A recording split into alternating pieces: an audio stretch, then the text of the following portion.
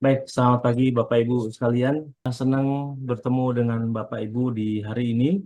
Saya ingin menjelaskan mengenai beberapa yang patut Bapak Ibu ketahui tentang kanker dan bagaimana cara untuk menghambatnya. Nah, selama ini kan kita sering sekali latihan pernafasan, tapi tidak pernah membahas tentang apa sih yang terjadi apabila orang menggunakan latihan pernafasan sebagai salah satu terapi untuk menyembuhkan kanker. Baik, saya akan perlihatkan beberapa jurnal yang Bapak Ibu bisa mencari-cari sama dengan saya dan kemudian mendapatkannya supaya Bapak Ibu punya banyak pengetahuan dan cara-cara untuk mendapatkan pengetahuan itu supaya memperkuat semangat kita, pengetahuan kita, wawasan kita sehingga kita punya daya juang agar kita bisa mengalahkan sakit. Baik, saya akan perlihatkan mengenai ini adalah terapi oksigen yang selama ini kita pelajari ya, di mana saya mendapatkan pengetahuan-pengetahuan mengenai kanker dengan cara yang naturopatik, di mana kita bisa berjuang, tidak hanya dengan mengandalkan pada medis, di mana medis kan selalu menggunakan cara-cara yang invasif. Invasif itu apa sih artinya? Invasif itu adalah memasuki tubuh kita. Apakah dengan obat, masuk ke tubuh kita, dengan operasi, masuk ke tubuh kita.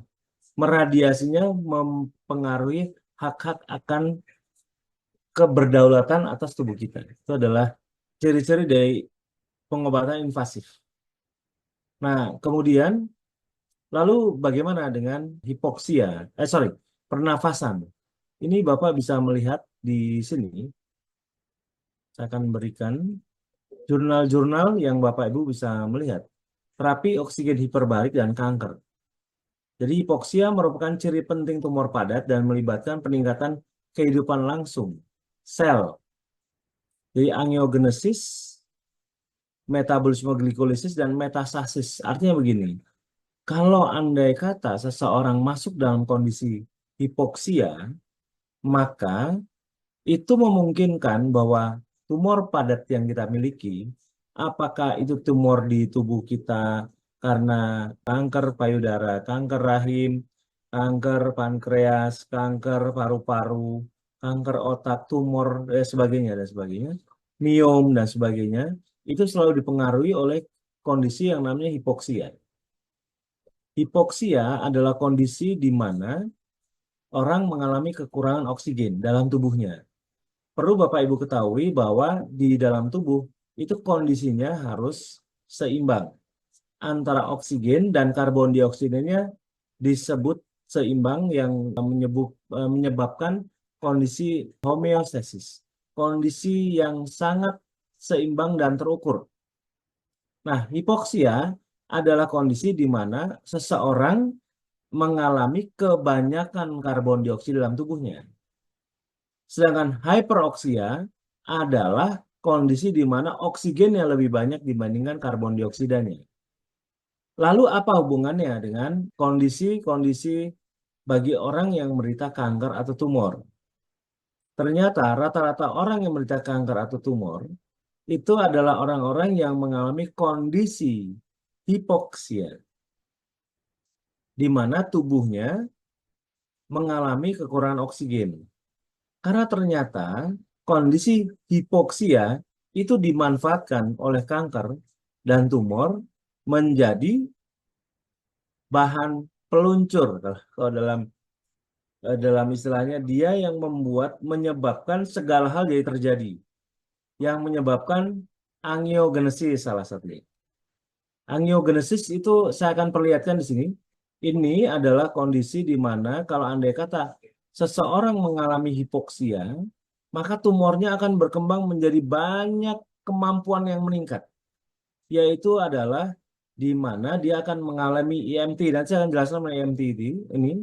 Kemudian metastase, di mana metastase adalah proses berkembangnya kanker, tumor menjadi kanker, ataupun berpindahnya dari satu tempat ke tempat yang lain. Kemudian tumor vascularization, di sini adalah pembentukan pembuluh darah baru pada tumor itu. dan kemudian chemo and radio resistant, artinya dia tidak menjadi tidak apa ya, tidak mempan di kemo dan tidak mempan terkena radiasi. Ini adalah 4 yang akan terjadi apabila seseorang mengalami hipoksia. Makanya Bapak Ibu sekalian, di dalam pelatihan-pelatihan kita selalu ada latihan pernafasan, dan pelatihan pernafasan itu saya bentuk sangat spesial dibandingkan pola makan. Pelatihan pernafasan saya berikan tempat spesial di mana itu harus kita lakukan bersama-sama. Selalu penting. Nah, saya akan jelaskan dulu mengenai tumor hipoksia. Tumor hipoksia adalah di mana ternyata apabila kita kekurangan oksigen yang biasanya terjadi karena tidak disengaja, tidak tidak sadar, kita mengalami hipoksia. Biasanya seseorang yang makin tua itu kondisinya akan semakin hipoksia. Kenapa? Karena ceritanya orang-orang yang rata-rata pemakan karbohidrat itu akan mengalami hipoksia tidak disengaja. Dari mana datangnya hipoksia? Di mana hipoksia itu singkatan dari oksigen rendah. Oksigen rendah, karbon dioksidnya tinggi. Itu datangnya dari mana? Ceritanya karena selama ini kita tidak sadari kita memakan produk-produk karbohidrat. Di mana karbohidrat terbentuk dari kata karbon dioksida dan hidrat. Jadi kalau kita makan tanaman, maka dia akan dirubah menjadi karbon dioksida. Karbohidrat dalam tubuh kita nanti akan dipecah menjadi karbon dioksida dan hidrat. Kenapa orang-orang yang cenderung menua lanjut usia itu mengalami hipoksia? Hipoksia terjadi karena sel-sel tubuh kita jumlahnya makin dikit. Biasanya orang-orang yang menua dia akan mengalami sarkopenia. Apa itu sarkopenia? Jumlah sel-sel ototnya, proteinnya akan berjumlah lebih dikit, lebih banyak lemaknya. Jadi tubuh kita itu menjadi 2. Ada proteinnya, ada lemaknya. Nah, proteinnya karena jumlahnya dikit, padahal yang membutuhkan oksigen itu adalah protein, bukan lemak. Nah, kalau proteinnya semakin banyak, maka tubuh kita akan lebih cenderung banyak memerlukan oksigen. Tetapi kalau andai kata otot kita makin dikit, maka makin sedikit oksigen yang akan diberikan ke tubuh kita lewat paru-paru kita. Maka tubuh kita akan mengalami hipoksia. Lemak makin banyak dalam tubuh kita, kita juga akan mengalami hipoksia. Karena lemak itu pada dasarnya adalah karbohidrat yang menjadi gula menjadi lemak. Ternyata dalam metabolisme, kanker suka dalam mendapatkan situasi atau kondisi di mana seseorang yang sedang mengalami hipoksia, kurang oksigen itu. Nah, lalu kemudian ini akan saya jelaskan lagi gambar. Kalau andai kata seseorang mengalami hipoksia, maka seseorang akan mulai pertama kali EMT dulu. EMT itu kira-kira penjelasannya begini. Tumor atau kanker itu anggap saja adalah susunan bata-bata ya. Susunan bata dalam tubuh yang bergerak dengan cara sendiri dan tidak bisa dikendalikan oleh tubuh. Namanya EMT. Nah, tetapi dia bisa berubah, bata-bata sel-sel tumor tadi bisa berubah menjadi pasir, mengecil, dan kemudian dia bisa menembus lewat pembuluh darah atau jaringan sel dan kemudian menyebar. Itu EMT. Nah, kemudian dia akan bermetastase, Bapak Ibu. Bermetastase ini yang membuat akhirnya kanker bisa menyebar kemana-mana. Karena sifat-sifat kondisi hipoksia kurang oksigen tadi. Jadi membentuk EMT, di mana EMT itu memungkinkan sel-sel kanker kemudian menyebar dalam bentuk apa? Sel-sel yang jauh lebih kecil dan kemudian membuat dia mencari tempat baru yang disebut bermetastase. Ini cukup berbahaya ya Bapak Ibu. Makanya harus saya jelaskan.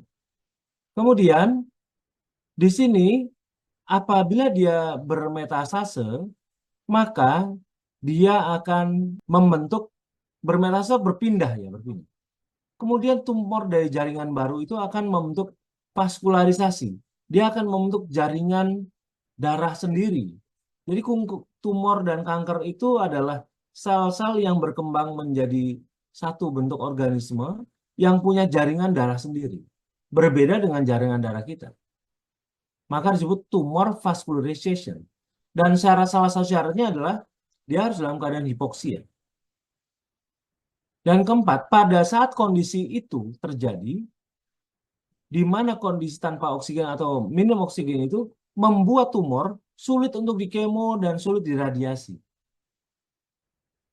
Jadi dia tidak mempan. Bayangkan keempat-empatnya ini apabila terjadi, aduh luar biasa, sulitnya.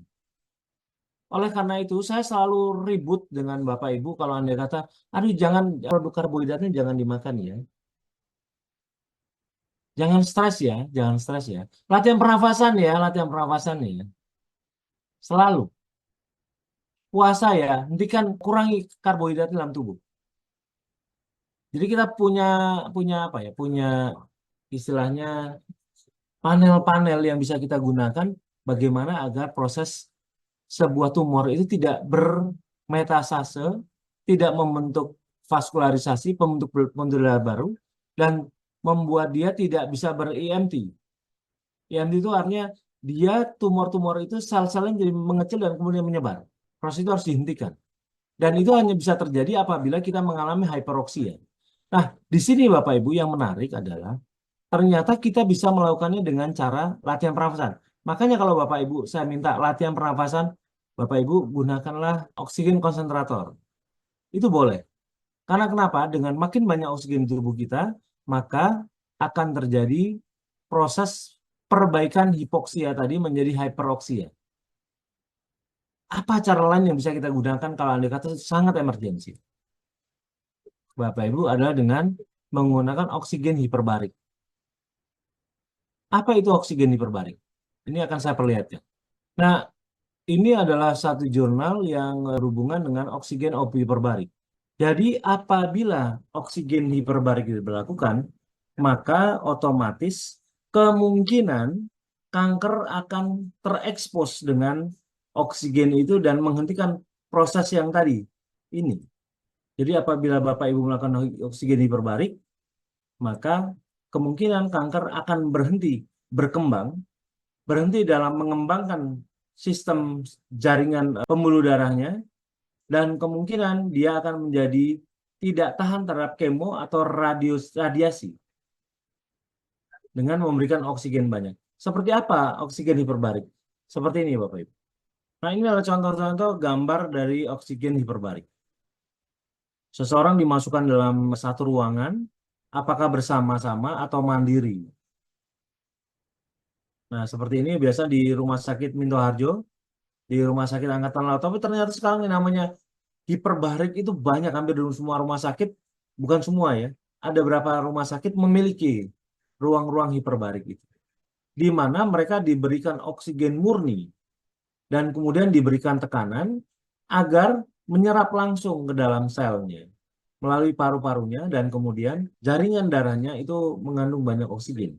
Itu untuk memperbaiki kondisi orang-orang yang mengalami hipoksia. Dan ini sangat efektif karena kemo jadi lebih berdaya guna dan juga dengan radiasi. Ini adalah orang-orang yang mengalami sedang melakukan terapi oksigen hiperbarik. Tapi apakah ini saya endorse? Tidak, tidak. Saya tidak mengendorse Bapak Ibu semuanya. Tetapi saya hanya memberikan sebuah pengetahuan. Memang itu berbiaya. Yang saya dengar itu sekitar berapa ratus, 300 ribu ya, yang paling murah. 300 ribu sekali atau satu paket. Satu paket itu berapa kali oksigen hiperbarik dan kita diminta untuk masuk ke ruangan tangki oksigen hiperbarik itu. Nah, lalu apakah kita selama ini tidak menggunakan cara itu? Sama. Latihan pernafasan ini ada upaya memanipulasi, menstimulasi agar sel kita mendapatkan oksigen jauh lebih banyak. Ini adalah cara yang paling murah. Agar kondisi kemoterapi, kondisi radiasi, dan proses tubuh melakukan pertahanan diri berjalan dengan prima. Ini adalah upaya mengenalkan kembali kepada Bapak Ibu bagaimana oksigen ternyata sebenarnya bisa melawan kanker.